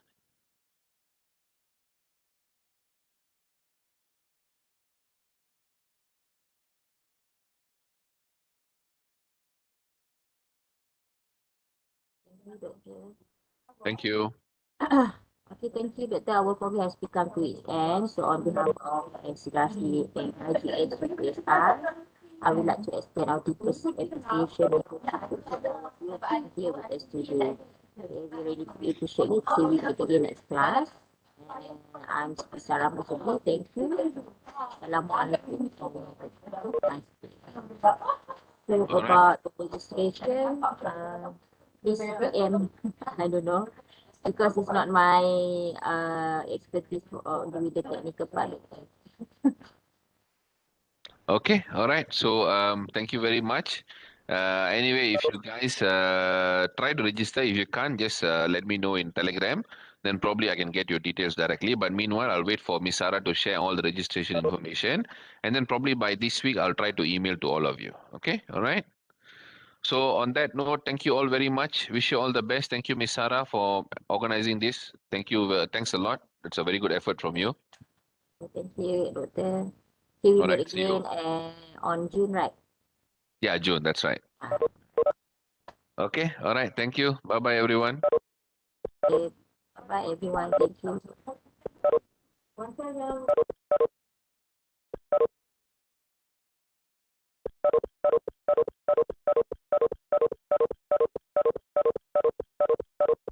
so much, Dr. Tawa.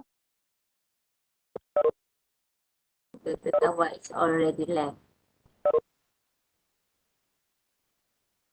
Okay, terima kasih semua. Jumpa lagi bulan Jun Puan nanti. Sarah tak boleh nak register. Dia Boleh register? password untuk apa ni? Kena pakai password portal. Password portal. Password portal. Okay, kita cuba Tapi bagi. tak apa, kalau tak Tapi boleh ni nak nanti, masuk, sekejap lagi kalau login dah- sebagai orang dah luar live. je. Login untuk orang luar. Boleh. Login secara, sebagai orang awam saja kalau tak boleh nak masuk tu. Ya, sebagai guest, as a guest.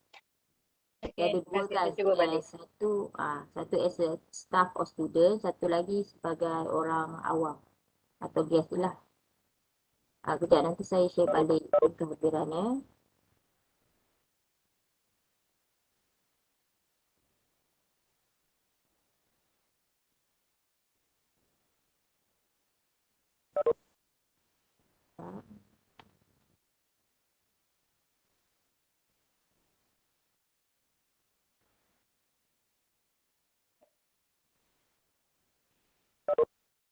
Saya share balik nanti minta isi ya.